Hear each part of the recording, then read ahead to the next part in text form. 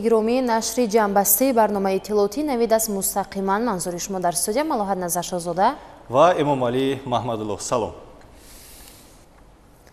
در شهر لندن بریتانیا کبیر نخستین فورومی صنعتی معدنی تاجیکستان و پادشاهی متحده برگزار گردید. این تدبیر دایره وسیع صاحبکاران و سرمایه‌گذاران و نمایندگان نهادهای مسئول دولتی دو جانب را به هم آورد و در جریان آن امکانیت‌های همکاری در بخش صنعتی معدن مورد بررسی قرار گرفت. در نتیجه این فوروم دو سند نوی همکاری به امضا رسانیده شد. تفصیلات بیشتر در گزارش همکارانمان. مناسبت‌ها رشد می‌یابند و سرچشمه‌های نوی همکاری مورد بهره برداری قرار می‌گیرند. اکنون جمهوری تاجیکستان و پادشاهی متحده بریتانیا کبیر و ایرلندی شمالی برای دو گرفتی بیشتر در بخش صنعت کاربری دارند. بار نخست در بیرژه فوندی لندن فوروم صنعتی معدنی تاجیکستان و پادشاهی متحده برگزار گشت. دوربین کارشناسانی ساحوی دورنما را برای همکاری‌های مینبده بازنمود. این اقدام که با دستگیری سفارت جمهوری تاجیکستان در پادشاهی بریتانیا کبیر و ایرلندی شمالی و تشبث وزارت صنعت و تکنولوژی‌های نو جمهوری تاجیکستان برگزار گشت، بیشتر از 150 نفر صاحبکار، سرمایه‌گذار و نمایندگان ساختارهای مربوط دو جانب را به هم آورد و میدان مناسب را برای گفت و شنود و دریافت شریکان نو فراهم ساخت. سفیر جمهوری تاجیکستان در پادشاهی متحده بریتانیا کبیر و ایرلندی شمالی رخشان امام علی فوروم مذکور را میدانی مناسب برای تقویت همکاری‌های ساحوی معنی داد نموده تاکید داشت که در چارچوب تدبیر امروزه و دیگر چهاربینی آینده مناسبت‌های دو جانبه متقابلا سودمند به زینه‌های نو خواهند رسید. این فوروم دیدگاه مشترک ما را برای به هم آوردن اقتدار گیالوگی تاجیکستان با تجربه بریتانیای کبیر در ساحه مالیه و اداره‌کنی تکنولوژی‌های کوهی انعکاس می‌کند. تاجیکستان دارای پتانسیل بزرگ است و می‌تواند که در بازار جهانی مقام خاصه خود را پیدا نماید. ذخیره‌های بوی طبیعی تاجیکستان از جمله در بخش معدن وسیله مهم برای راه‌اندازی همکاری‌های دو جانبه و سودمند و دریافت شریکان نوی تجارتی معنی داد گردیده. همچنین فضای سرمایه‌گذاری کشور به میهمانان زیاد معرفی شد. تاکید گردید که امتیازهای دولتی به افزایش حجم سرمایه به کشور باعث گردیده از برتری‌های آن سرمایه‌گذاران بریتانیایی نیز می‌توانند استفاده برند. فوروم مذکور برای معرفی امکانیت‌های تاجیکستان به صاحبکاران و سرمایه‌گذاران مهمیت زیاد دارد. جمهوری تاجیکستان دارای ذخیره‌های بزرگی طبیعی میباشد و بایگری اساسی آن ذخیره‌های آبی، انرژی سبز، متال‌های قیمت‌بها و ذخیره انسانی به حساب می‌رود. معرفی چنین ظرفیت‌ها در سطح جهانی با راه‌اندازی چنین تدبیرها مهمیتی زیاد دارد.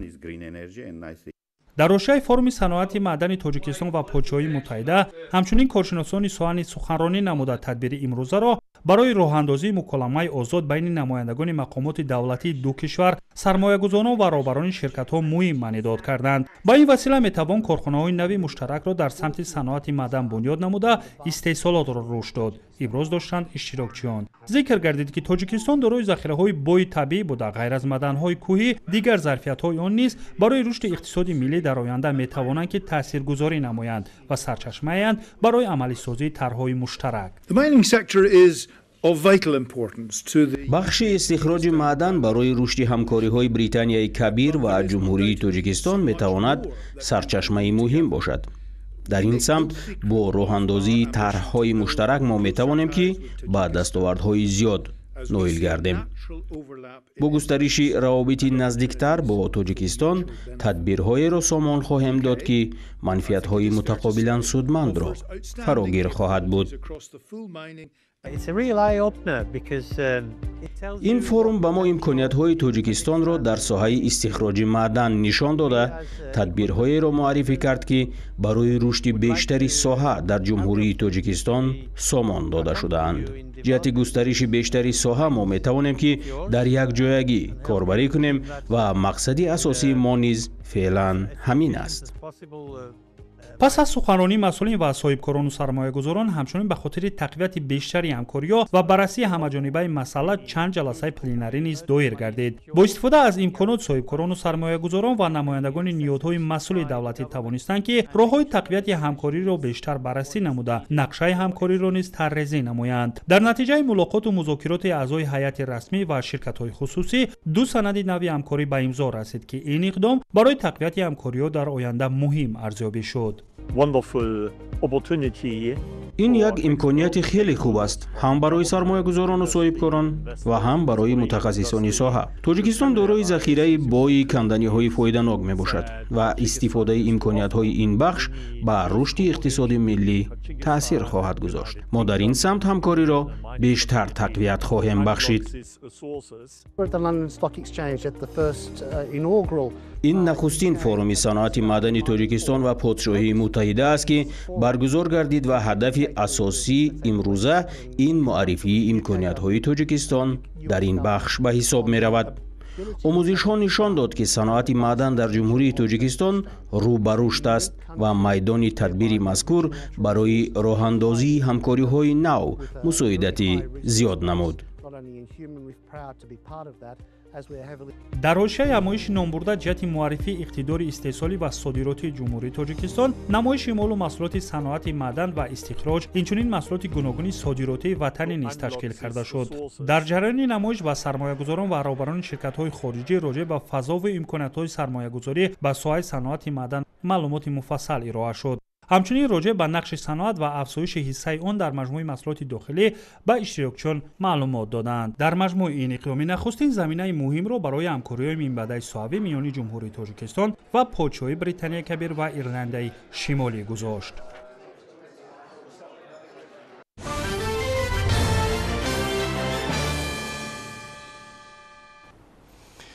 чорабиниҳои санҷиши омодагии сафарбарии қувва ва воситаҳои мудофиаи ҳудудӣ ва омодагии сокинон ба ҳифзу ҳимояи марзубуми ватан ки дар ноҳияи ёвони вилояти хатлон баргузор гардид ба рӯзи ҷавонон дурост омад. сокинон ва ҷавонони ин ноҳия чун дигар шаҳрвандони ҷумҳурӣ дар ҷамъомаду машғулияти пешбинӣ гардида бо рӯҳияи болида ва масъулияти баланди ватандорӣ иштирок намуданд ки ин аз садоқати ҷавонон ва пеш аз ҳама пайрави асли пешрӯи миллат будани онҳо дарак медод. гузориш аз маркази матбуот ва иттилоъоти вазорати мудофиаи ҷумҳурии тоҷикистон.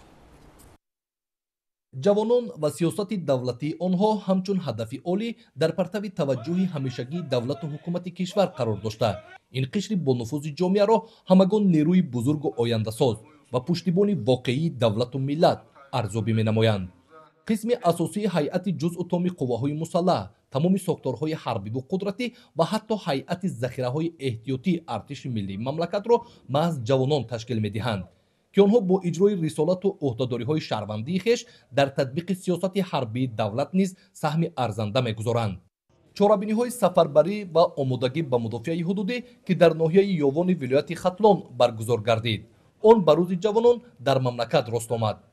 дар ин рӯзи фархундаву таърихӣ барои ҳар як ҷавони худогоҳу сарбаланди меҳан, сокинон алалхусус ҷавонон бо рӯҳияи болида ва шукргузорӣ аз фазои ободу осоиштаи ватани маҳбубамон дар варзишгоҳи марказии ноҳия ки макони баргузории ҷамъомади мазкур муқаррар гардида буд, саф ороста омодагии ҷавонмардонаи худро дар муҳофизати марзҳои давлатӣ ва таъмини амнияту суботи комил дар кишвар нишон доданд. امروز در دایره دستور سپارش‌های به‌واسطه اساسگذار صلح و وحدت ملی پیشوای معظم ملت پرزیدنت جمهوری تاجیکستان محترم امام علی رحمان و در دایره نقش چاره‌بینی‌های به‌واسطه وزارت مدافع جمهوری تاجیکستان در ناحیه یوان مخصوصا در ورزشگاه مرکزی چاره‌بینی مدافع حدودی با یک سطح بلند تشکیلی برگزار و راه‌اندازی گردیده ایستاده است. роҳбарияти истоди генералии қувваҳои мусаллаҳи ҷумҳурии тоҷикистон ва масъулини мақомоти иҷроияи ҳокимияти давлатии ноҳияи ёвон бо рост омадани чорабиниҳои омодагӣ ба ҳимояи ватан ба рӯзи ҷавонони кишвар ҳар як фарди дар майдон буда, пеш аз ҳама ҷавонони матину диловарро ба рӯзи иди ҷавонӣ ва тантанаи фароҳу шодии ҷавонон дар давлати соҳибистиқлоламон табрику муборакбод намуда, ба онҳо ки дар сафи мардони муҳофизи ватан бо садоқати бепоён ва ғуруру ифтихори миллӣ қарор гирифтанд, дар роҳи хизмати содиқона ба халқу ватан ва таъмини ҳаёти орому осудаи мардуми ин сарзамин барору комёбиҳо таманно намуданд. در چاره‌بینی امروزه تمام جوانان و همون ذخیره‌های سفربری که امروز در رخصت در احتیاط قرار دارند، همه با یک روحیه بالیده، با یک حس بلند وطن دوستی در این چاره‌بینی از تمام جماعت‌های شهرک و دهات ناحیه جمع آمدند و ما باوری داریم که تمام جوانان، تمام ساکنان شرفمند ناحیه یوان و همچنین نفرانی که امروز در ذخیره احتیاطی قرار دارند در همه مورد، در همه حالت می توانند با یک حس بلند وطندوستی، با یک حس مسئولیت در همین گونه چاره‌بینی ها جمع آمده برای حمایت مرزبومی وطنی اجدادی، برای حمایت ارزش های ملی و صادقانه به وطن، صادقانه به پیشوای معظم ملت جمع شوند و برای حمایت مرزبومی وطن سفربر کرده شوند.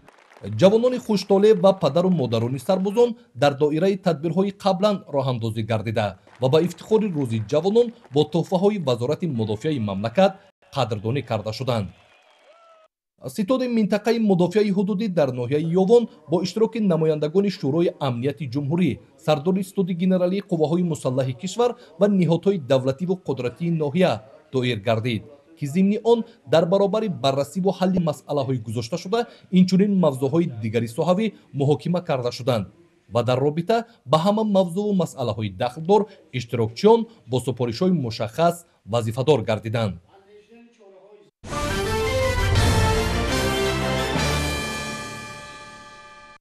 امروز بخشیده به روز جوانان تاجیکستان و روز جهانی فوتبال در مجمع آبی ورزشی و قصر تنیسی شهر دوشنبه نشست مطبوعاتی فوروم جوانان کشورهای آسیای مرکزی و کشورهای شورای همکاری‌های خلیج برگزار گردید. در نشست مطبوعاتی راجع به برگزاری فوروم جوانان کشورهای آسیای مرکزی و کشورهای شورای همکاری‌های خلیج، رهبران و نمایندگان بخش جوانان و ورزش 10 دولت دنیا اشتراک ورزیدند. در نشست مطبوعاتی امروزه اطلاع داده شد که فوروم مذکور همچون پلتفرمای فرامرزی جوانان با توسعه همکاری منطقوی و بین المللی بین نسل جوان، معرفی اقتدار و امکانیت آنها، اینچنین تشویق تشبس‌های مشترک در سمت‌های مهم رشد استوار، اینوواسیون، محیط زیست، ورزش، فرهنگ و تحکیم مناسبت‌های دوستانه بین دولت‌های دو منطقه نگرانیده شده است. ضمن برگزاری نشست مطبوعاتی قید گردید که فوروم مذکور قدمی مهم و استراتژی در تحکیم پیوند بین نسل جوان آسیای مرکزی و دولت‌های اعضای شورای همکاری خلیج ارزیابی می‌شود. برگزاری چنین همایش‌ها نه تنها بر رشد شبکه همکاری بین جوانان مساعدت می‌نماید، بلکه بر رشد دیپلماتیای مردمی و تحکیم دوستی و همدلی بین دولت‌ها نیز تکانی نو می‌بخشد. در فرجام نشست مطبوعاتی بین کارمندان وسایل اخباری عامه و نمایندگان بخش جوانان و ورزش دولت‌های اشتراکچی سوال و جواب برگزار شد. در قرارگاه یونیسف در شهر نیویورک امریکا تحت ریاست جمهوری تاجیکستان زیر عنوان هر بازی به هر کودک چاره‌بینی ادانه برگزار گردید. تدبیر مذکور به روز جهانی فوتبال بخشیده شد. تفصیلات در این خصوص.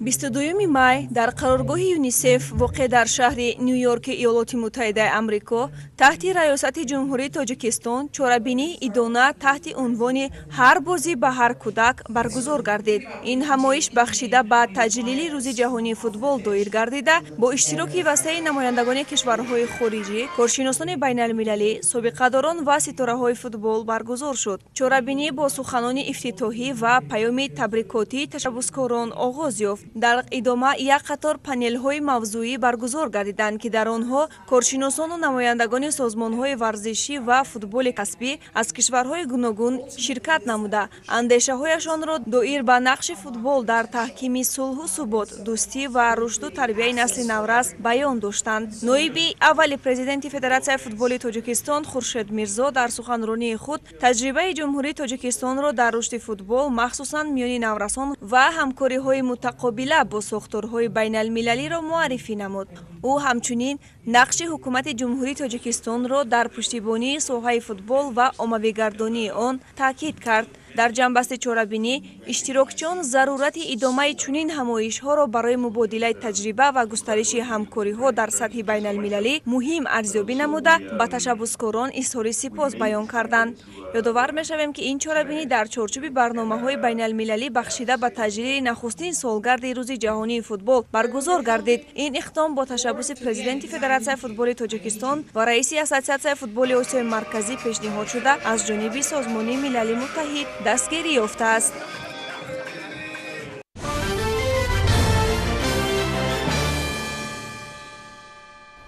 هفتم مای سال 2024 مجمع عمومی سازمان ملل متحد با قبول قطعنامه 25 مای را روز جهانی فوتبال اعلان کرد. تشبث اعلان روز جهانی فوتبال از جانب پرزیدنت اساسیاسیون فوتبال آسیای مرکزی، رئیس فدراسیون فوتبال تاجیکستان رستم امامعلی پیشنهاد شده است. امسال نخستین مرتبه تدبیر مذکور در سراسر جهان دایر می‌گردد. با این مناسبت در شهر و نواحی کشور چورابینی‌ها در دایره فستیوال فوتبال دایر شد.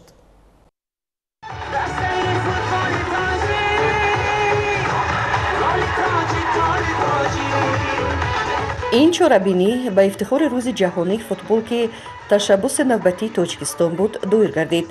مسابقه مذکور طبق دستور پرزیدنت فدراسیون فوتبال تاجیکستان محترم رستم امامعلی برگزار گردیده هواداران و مخلصان فوتبال را با هم آورد. زیاده از 6000 نفر در این چورابینی جمع آمده در تنتنه روز جهانی فوتبال سهمگذاری و بالیدروهی نمودند. در ولایت مختار کوهستان بدخشان نیز در برابر دیگر منطقه‌های جمهوری تاجیکستان روز جهانی فوتبال و فستیوال عمومی ولایتی برگزار گردیده است که در فستیوال زیاده از 500 نفر ورزشگران، اینچنین تیم منتخب ولایت مختار کوهستان بدخشان، دسته فدراسیون فوتبال ولایت مختار کوهستان بدخشان و 11 دسته‌های شهر و ناحیه‌ها در این فستیوال اشتراک دارند و این فضای ایدانه که با اشتراک زیاده از 6000 تماشابینان دوستداران ساحه ورزش برگزار گردیده ایستاده است. من باوری کامل دارم که در رشد فوتبال ولایت مختار کوهستان بدخشان همه جانبه مساعدت میکند، زیرا رشته فوتبال نمودی ورزشی است که در معرفی دولت و ملت در عرصه بین المللی سهم خود میگذارد. رئیس ولایت مختار کوهستان بدخشان در آغاز چورابینی ضمن سخنان تبریکاتی ذکر کرد که محض با دستور پیشوای معظم ملت محترم امامعلی رحمان، مساعدت حکومت جمهوری تاجیکستان و دستگیری بی‌واسطه پرزیدنت اساسیاسیون فوتبال آسیای مرکزی، پرزیدنت فدراسیون فوتبال تاجیکستان محترم رستم امامعلی، فوتبال ملی در سراسر تاجیکستان من جمله ولایت رو به انکشاف نهاده تیم یککچین ولایت مختار کوهستان بدخشان تشکیل گردید. قید شد که قبول گردیدن قطعنامه مجمع عمومی سازمان ملل متحد اوید به اعلان نمودن 25 مای همچون روز جهانی فوتبال تشبث نوبتی تاجیکستان در عرصه بین المللی می باشد و به رشد ساحه ورزش در مملکت من جمله رشد فوتبال تکان جدی خواهد بخشید. پیش از همه ما خوشحالیم که فوتبال برای ما یک متحدی، یک صلح میارد، چون که در همین میدان علاقه دیده می شود که مردم چقدر به شوق آمده میخواهند که این فوتبال رو یعنی تماشا کنند.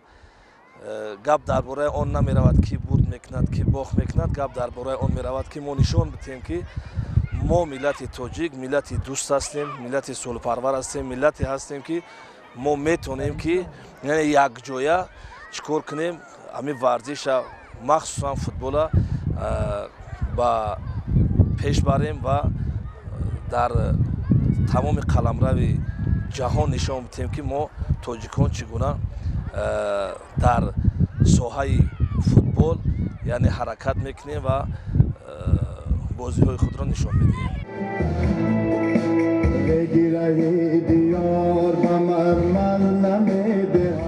پیش از آغاز چورابینی برنامه فرهنگی منظور جمع آمدگان گردید و برای بازیگران فوتبال و مخلصان نورس تحفه‌های خودروی تقدیم کرده شدند.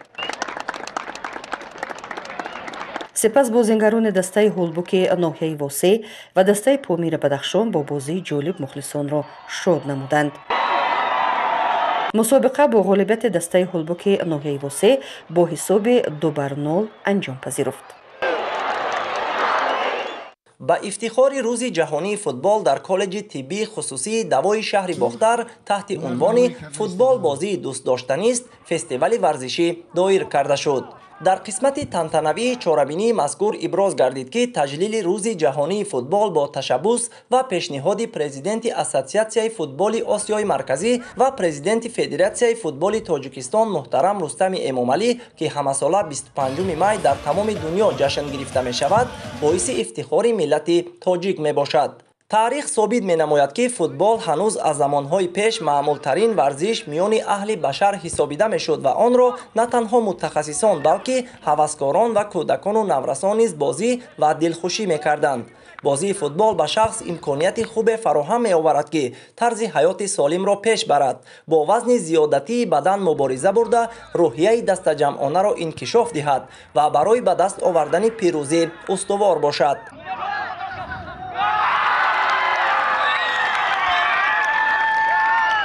قابل ذکر است که در مؤسسه مذکور برای برگزاری بازی‌های گوناگون ورزشی بخصوص فوتبال شرایط مساعد فراهم آورده شده است و در برابر مشغولیت‌های تربیت جسمانی همچنین پیوسته میان دانشجویان مسابقه‌های گوناگون گذرانیده می‌شود که این روند برای ترغیب طرز حیات سالم و عمومیت ورزش مساعدت می‌نماید. این است که دسته یکچین مؤسسه در مسابقه‌های شهری و ولایتی شرکت فعالانه نموده دستاوردهای نظررس را صاحب می‌گردند. در دایره برگزاری چهاربینی‌ها بخشیده به روز جهانی فوتبال با ابتکار مؤسس و ریاست کالج طبی خصوصی دوای شهر باختر میان دسته‌های فوتبال دانشجویان مؤسسه دوام یک ماه مسابقه فوتبال ادامه داشت که آن جنبست گردیده دسته‌های غالب برای به دست آوردن جام مسابقه در این روز میان هم رقابت نموده برای مخلصان زیاد بازی زیبا و دیدنی نشان دادند.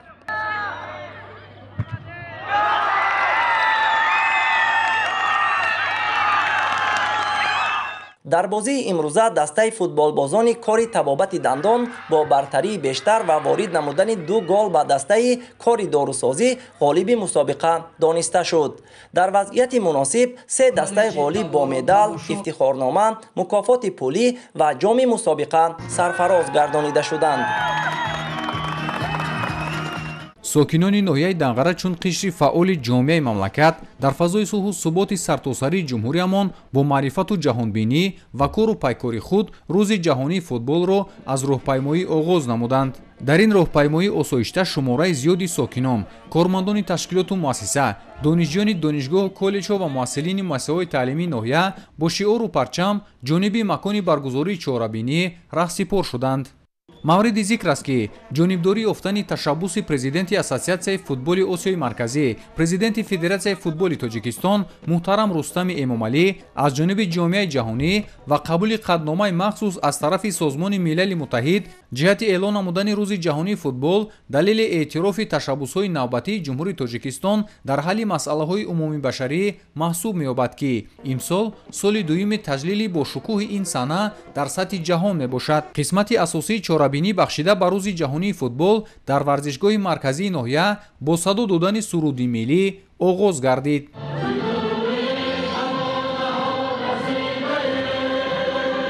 مسئولین مقامات اجرایی حکومت دولتی ناحیه در برآمدی خود ابراز داشتند که تشبث جانب تاجیکستان در شخصیت پرزیدنت اساسیاسیون فوتبال آسیای مرکزی، پرزیدنت فدراسیون فوتبال تاجیکستان محترم رستم امامعلی اوید به اعلان گردیدن روز جهانی فوتبال خیلی مهم و سریوقتی میباشد. این تشبث بر رشد ساحه ورزش و تحکیم مناسبت‌های دوستانه اینچنین در متحد نمودن جامعه جوانان جهان نقش مهم دارد. سپس میان دسته‌های نمونوی فوتبال بازان ناحیه یک بازی دوستانه شوق‌آور صورت گرفت. فوتبال بازی معمول و دوست‌داشته‌ترین عامه وسیع بوده مکانیزم مهم برای انکشاف جسمانی و معنوی و تربیت شخص خصوصا میان نورسان و جوانان اینچنین جلب اهالی به تربیت جسمانی به شمار می‌رود.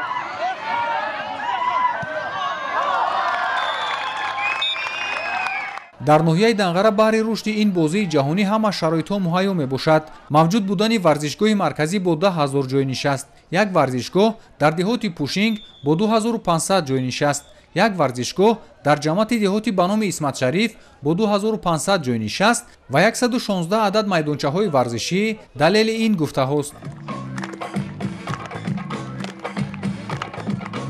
در آخر چهاربینی با شکوه بخشیده به روز جهانی فوتبال اهل فرهنگ ناحیه با سرود و رقص‌های دلنشین خاطر جمع آمدگان را بالیده نمودند. اعلان شدن روز جهانی فوتبال برای عمومی و رشد این نوع ورزش در کشور ما امکانیت‌های نو و مساعد را فراهم می‌آورد. این باعث هوسمندی بیشتر برای دستگیری استعدادهای نورس، رشد اینفراساختاری ورزشی، اینچنین تشکیل چهاربینی‌های عمومی فوتبال بهره متحد کردن مخلصان و بازیگران، مربیان و جامعه فوتبالی مملکت ارزیابی کرده می شود. در این راستا برای استقبال از روز جهانی فوتبال در ورزشگاه سرحدچی نویه همدانی فستیوال فوتبال با برنامه‌های گوناگون فرهنگی و ورزشی با دایره وسیع کودکان و نورسان و جوانان ناحیه راه‌اندازی شده همزمان شماره زیادی مهمانان و هواداران فوتبال را به هم آورد. در چورابینی مذکور مسئولین مقامات اجرایی حکومت دولتی نویه همدانی، فدراسیون فوتبال منطقه کولوب، بخش کار با جوانان و ورزش اینچنین مؤسسه دولتی مکتب ورزشی نویه همدانی در یکجایگی با رهبران تشکیلات و اداره‌های ناحیوی شرکت ورزیدند. تاکید کرده شد که پس از وخوری‌های رئیس مجلس ملی مجلس عالی جمهوری تاجیکستان، رئیس شهر دوشنبه، پرزیدنت فدراسیون فوتبال تاجیکستان محترم رستم امامعلی با اهل جامعه فوتبالی کشور که سالهای 2023 و 2025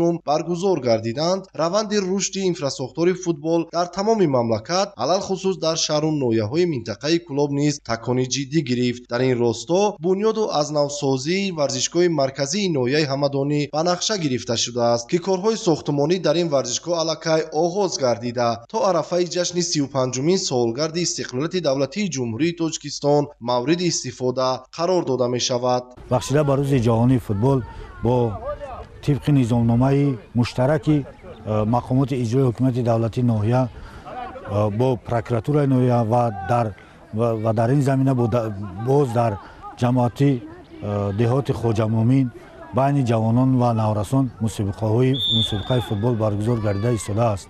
در ادامه همایش دستپروران مؤسسه دولتی مکتب ورزشی ناحیه با راهبری مربیان در نزد همگان هنر و استعداد خود را نمایش داده زیاده از 100 نفر نورسان از جانب مسئولین چورابینی با لوازمات و سر و لباس ورزشی تامین گردیدند. یادرس می‌شویم که فدراسیون فوتبال تاجیکستان امسال در دایره برنامه هفته فوتبال از 19 تا 25 می سال روان وابسته به تجلیل روز جهانی فوتبال در مملکت با تشکیل یک قطار چورابینی‌ها از جمله جشنواره فوتبال، مسابقه های کودکان و نورسان در مناطق کشور اینچنین ماستر کلاس ها با شرکت بازیگران دسته های منتخب تاجیکستان و غیره ها را به نقشه گرفته است. چورابینی ها بهر مستحکم نمودن موقع فوتبال در حیات جامعه کشور نگرانیده شدند. تجلیل روز جهانی فوتبال در ناحیه همدانی با اشتراک هیئت دسته سرحدچی، مسئولین مقامات اجرایی حکومت دولتی، دستپروران مکتب ورزشی ناحیه و بخش کار با جوانان و ورزش با برگزاری چورابینی ورزشی و فرهنگی خوش و خاطرمان جریان گرفت و در روزهای بعدی تشکیل و برگزار نمودنی یک قطار مسابقه های گوناگون میان دسته های کسبی و غیر کسبی به نقشه گرفته شده تشکیل و برگزار کرده می شوند.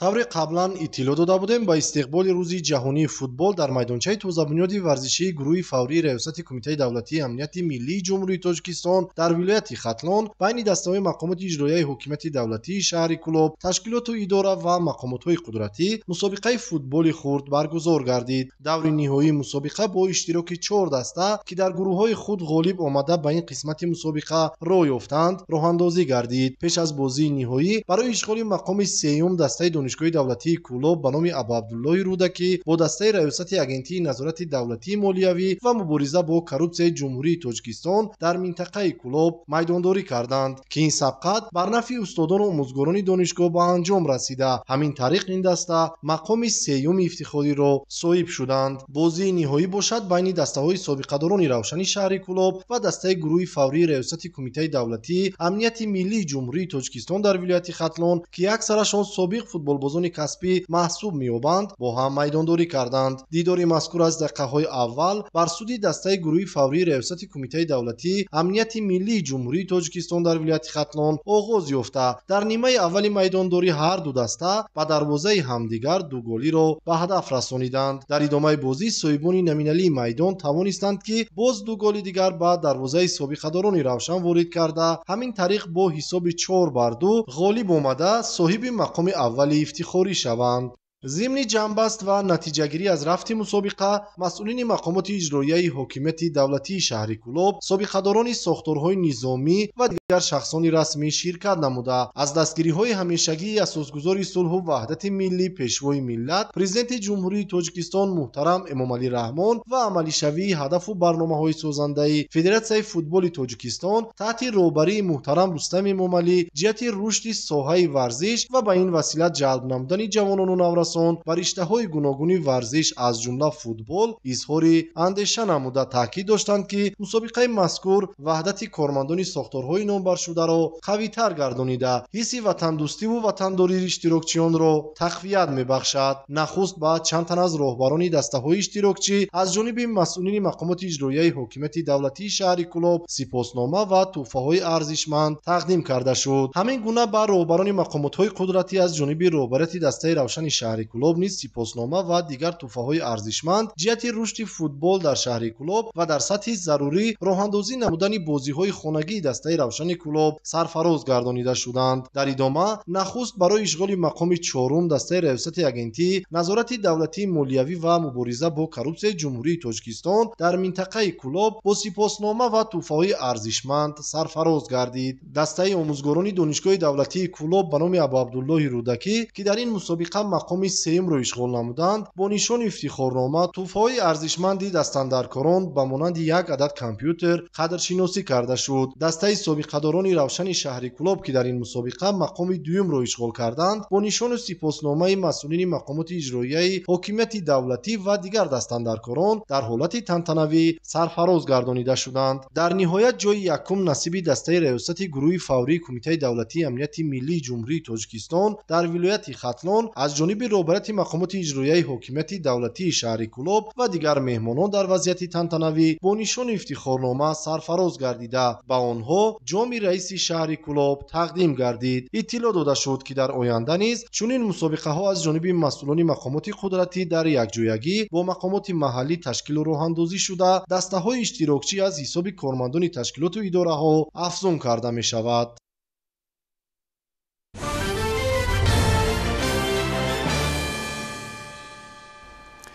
در تاجیکستان 23 مای روز جوانان قید کرده شد. این سنه با جلب وسیع جوانان خودآگاه با تشکیل همایش‌های گوناگون تجلیل گردید. باید گفت که سیاست دولتی در سمت دستگیری جوانان برای فراهم آوردن شرایط مساعد جهت رشد قابلیت و استعداد آنها روانه شده است و این روند باعث گردیده است که جوانان در روحیه وطن دوستی، خودشناسی و خودآگاهی تربیت یابند. حالا توجه کنید به گزارش‌های همکاران ما از تنتنه‌های روز جوانان تاجیکستان. тантанаҳои идона бо роҳпаймоии ҷавонони фаъоли вилоят оғоз ёфта иштирокчиёни раҳпаймоӣ аз назди кохи матбуот то макони баргузории ҳамоиши идона назди театри давлатии мазҳакаи мусиқии ба номи камоли хуҷандӣ ҳаракат намуданд.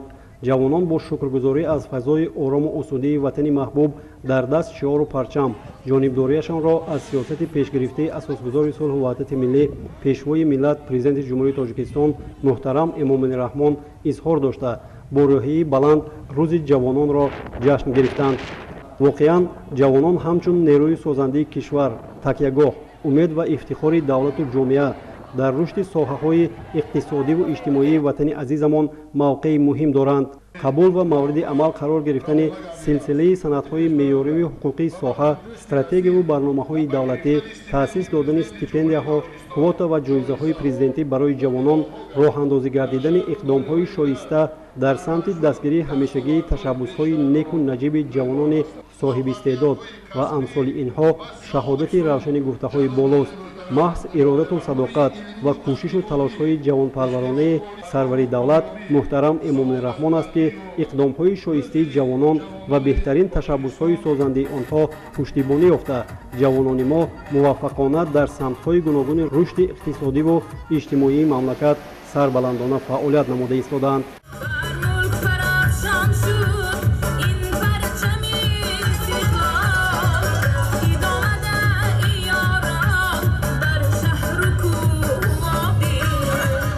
با تشبس مقامات اجرایی حکومت دولتی شهر حصار بخشیده به روز جوانان تاجیکستان همایش تنتنوی برگزار گردید. дар чорабинии намояндагони сохторҳои давлатӣ, гирандагони стипендияи президентӣ, ҷавонони фаъол, варзишгарон ва дигар меҳмонони расмӣ иштирок намуда, доир ба нақши созандаи ҷавонон дар таҳкими давлатдории миллӣ, рушди соҳаҳои иҷтимоию иқтисодӣ ва таҳкими худшиносии миллӣ ибрози назар намуданд. зикр гардид ки дар даврони соҳибистиқлолии кишвар маҳз бо талошҳои пайгирона ва иқдомҳои созандаву бунёдкоронаи пешвои миллат президенти ҷумҳурии Тоҷикистон муҳтарам Эмомалӣ Раҳмон ҷиҳати баланд бардоштани нақши ҷавонон дар ҳаёти ҷомеа ва муҳайё намудани шароити мусоид барои таълиму тарбия, касбу ҳунаромӯзӣ, омӯзиши илмҳои муосир ва забонҳои хориҷӣ як қатор тадбирҳои муҳим ва муассир амалӣ гардиданд. ҳамчунин дар ҷараёни ҳамоиш як зумра варзишгарон ва кормандони ташкилоту идораҳо бахшида ба рӯзи ҷавонони Тоҷикистон бо сипосномаҳои мақомоти иҷроияи ҳокимияти давлатии шаҳри Ҳисор қадршиносӣ гардиданд. барномаи рангини консертии ҳунармандони бахши фарҳанги шаҳр ки дар васфи ҷавонӣ, тараннуми ватан, муқаддасоти миллӣ, ваҳдату дӯстӣ ва зебогиҳои диёр суруда шуд, ба чорабинӣ шукӯҳи тоза бахшид.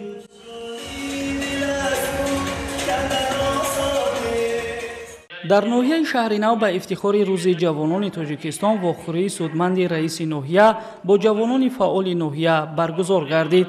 дар вохӯрӣ намояндагони мақомоти дахлдор аз ҷумла прокуратура, вазорати корҳои дохилӣ, стипендиягирандагони президентӣ, варзишгарон ва ҷавонони фаъоли ноҳия ширкат намуданд. зикр гардид ки имрӯз нақш ва иштироки ҷавонон дар сиёсат, рушди соҳаҳои иҷтимоӣ, иқтисодӣ ва фарҳангӣ бар аъло эҳсос гардида, дар баробари ба даст овардани истиқлоли давлатӣ, сиёсати давлатии ҷавонон самти афзалиятноки фаъолияти ҳукумат муқаррар гардидааст. ҳамчунин гирандагони стипендияи президентӣ зимни суханронии худ ба ҳукумати ҷумҳурии Тоҷикистон барои дастгирии пайвастаи ҷавонон изҳори миннатдорӣ намуда, таъкид доштанд ки маҳз таваҷҷӯҳи ҳамешагии роҳбарияти олии кишвар ба масъалаҳои марбут ба ҷавонон имконият додааст, то шароити мусоиди таҳсил, рушди маънавию зеҳнӣ ва фаъолиятҳои созанда барои насли ояндасоз муҳайё гардад. дар фарҷом як зумра ҷавонони фаъол, гирандагони стипендияи президенти ҷумҳурии Тоҷикистон, раиси ноҳия ва кормандони касбу кори гуногун бо сипоснома ва ифтихорномаи мақомоти иҷроияи ҳокимияти давлатии ноҳияи шаҳри нав қадрдонӣ гардиданд. ҳамоиши илмии амалӣ дар мавзӯи нақши ҷавонон дар мубориза ба коррупсия дар толори донишгоҳи давлатии Бохтар ба номи Носири Хусрав баргузор гардид. ин ҳамоиш бо ташаббуси раёсати агентии назорати давлатии молиявӣ ва мубориза ба коррупсияи ҷумҳурии Тоҷикистон дар шаҳру ноҳияҳои минтақаи Бохтар дар якҷоягӣ бо раёсати адлия ва раёсати кор бо ҷавонон ва варзиши вилоят рӯи кор омада ба рӯзи ҷавонони Тоҷикистон бахшида шудааст. дар кори ҳамоиш роҳбарону масъулони мақомоти ҳифзи ҳуқуқ, намояндагони сохторҳои давлатӣ, омӯзгорон ва донишҷӯёни фаъол иштирок намуданд. баромадкунандагон таъкид доштанд ки фасод на танҳо монеи рушди иҷтимоию иқтисодӣ мебошад, балки эътимоди мардумро ба давлат коста мекунад. ин падидаи номатлуб наслҳоро аз адолат, арзишҳои миллӣ ва ахлоқи ҷомеа дур месозад. аз ин рӯ иштироки фаъолонаи ҷавонон дар мубориза бо кирдорҳои номатлуби коррупсионӣ зарур ва тақозои замон аст. ин гуна конференсия ва мизҳои мудаввар метавонад ба хотири ҳарчи ҷилавгирӣ аз ришва ва ришвакорӣ ва коррупсия миёни ҷавонон ва барои пешрафти Тоҷикистон ва барои пешрафти илму техника дар ҳудуди Тоҷикистон сармгузор мешавад. ва ногуфта намонад ки ин гуна чорабиниҳо миёни наврасону ҷавонон ҳамавақт баргузор карда мешавад ва аз ҷониби раисати коргоҳи ҷумҳурбахшии Қатлон чорабиниҳои гуногуни машваратӣ, суҳбату вохӯриҳо ва миёни аҳолӣ баргузор карда мешавад ва буклетҳо вобаста ба муқоима бо коррупсия тақдим карда мешавад. зимни баромади худ сардори шуъбаи муқоимат бо коррупсия дар минтақаи Бохтар иброз намуд ки стратегияи миллии муқоимат бо коррупсия то соли 2030 нақши ҷавононро ҳамчун иштирокчии мустақим ва фаъоли сиёсати зидди коррупсионӣ зикр менамояд. аз ин рӯ ҷавонон ҳамчун як узви фаъоли ҷомеа бояд дар саргаи тарғиби қонуният, адолат ва шаффофият бошанд, зеро мубориза бо коррупсия танҳо ба воситаи чораҳои ҳуқуқӣ имконпазир нест. зарур аст ки фарҳанги зидди коррупсионӣ аз мактаб то донишгоҳ, аз оила то ҷомеа ташаккул ёбад. ҷавонон бояд ташаббускор, فعال و نمونه رفتار قانونیتگر باشند. توجه به جوانان غمخوری برای آینده ملت تاجیک تحکیم نیروی دولتی تاجیکستان میباشد. چطوری که پیشوای معظم ملت قید نمودند، جوانان قوای بزرگ هستند و در هر ملت در هر دور و زمان از جوانان خود امیدی نیک میکنند. امروز جوانان ما همچون نیروی بزرگ بنیادگری سازنده و مملکت اعتراف شدند، زیرا تاجیکستان از نظر دموگرافی در حال رشد دائمی قرار دارد و از نسل زیادی اهالی یعنی قوای اساسی پیشبرنده آن را جوانان تشکیل میدهند.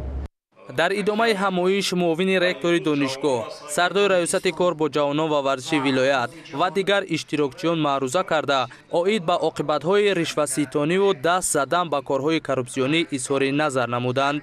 گفته شد که برگزار نمودن چنین همایش‌ها در بلند برداشتن سطح معرفت حقوقی و تشکل جهانبینی ضد کورپسیونی میان جوانان نقش مؤثر دارد. در واقع جوانان نه تنها آینده جامعه بلکه حامیان امروزینه قانونیت و عدالتند. مویای سرفرازی ما جوانان است که در یک کشور تنج و آسوده کار و زندگی داریم. فعالیت نمودن در مقامات عدلیه همچون در یک جوان باعث افتخار و سرفرازی خود می‌یابم. تلاش بر آن دارم که سهم خود در کشور عزیزمان گذارم. در جنبش گروه از فعالان، آموزگاران و راهبران ساختارهای دولتی که در ترغیب و عملی‌سازی سیاست ضد کورپسیونی سهم نظر است دارند با سپاسنامه و تحفه‌های خاطروی قدردانی شدند. баланд бардоштани сатҳи маърифати ҳуқуқии шаҳрвандон яке аз масъалаҳое ки дар ҷомеаи имрӯзаи мо зарур ва саривақтӣ мебошад. дар ҳамин замина мақомоти судии ноҳияи ба номи мирсаид алии ҳамадонӣ дар ҳамкорӣ бо мақомоти иҷроии ҳокимияти давлатӣ ва шуъбаи маорифи ноҳия дар байни аҳолӣ суҳбату вохӯрӣ ва корҳои фаҳмондадиҳӣ гузаронида истоданд.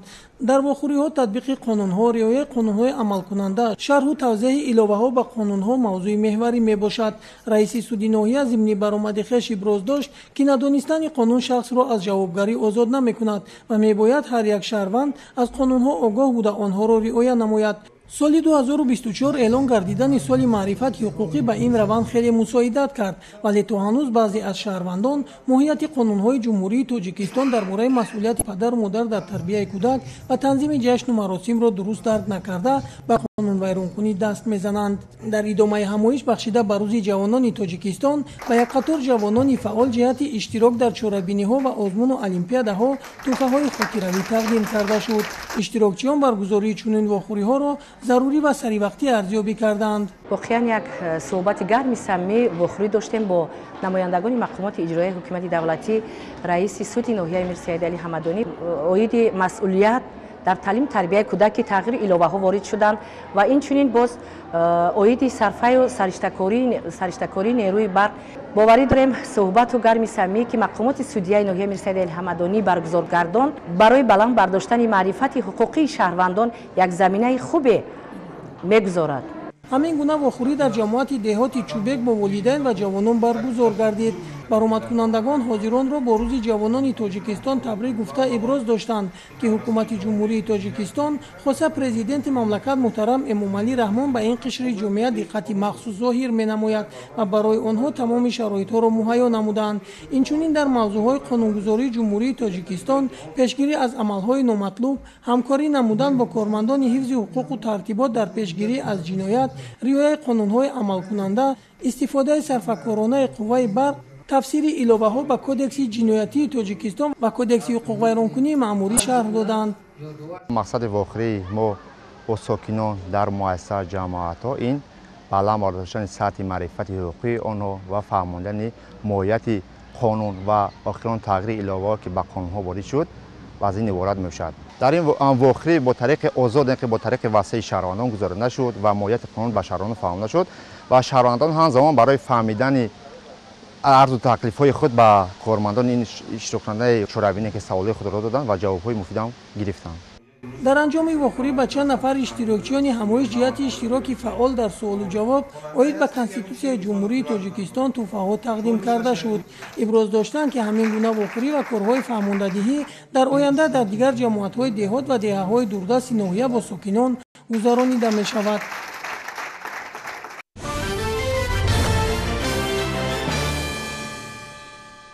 امروز با تشبوس کمیته کار با جوانان و ورزش نزد حکومت جمهوری تاجیکستان و مقامات اجرایی حکومت دولتی شهر دوشنبه بخشیده به روز جوانان تاجیکستان و روز جهانی فوتبال در میدان 800 سالگی مسکو نزد تئاتر دولتی اکادمی اپرا و بالت به نام صدرالدین عینی فستیوال فوتبال و شام جوانی برگزار گردید.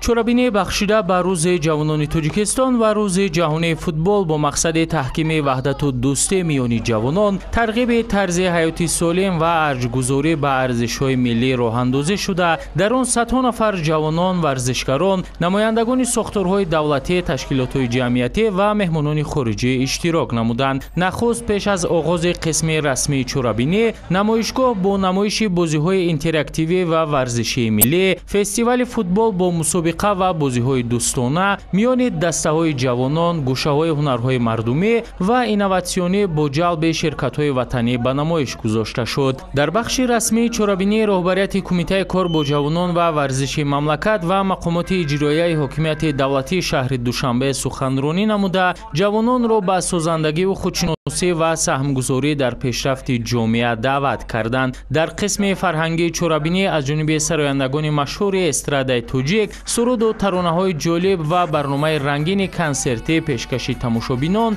و جوانان گردید. این برنامه کنسرتی فضای چرابینی را گرم و منور گردانیده، روحیه اشتراکچیان را بالیده و ادانه نمود. چرابینی صحنه همبستگی جوانان، رشد اقتدارهای ایجادی و تلاش‌های پیوسته آنها برای آبادی وطن گردید.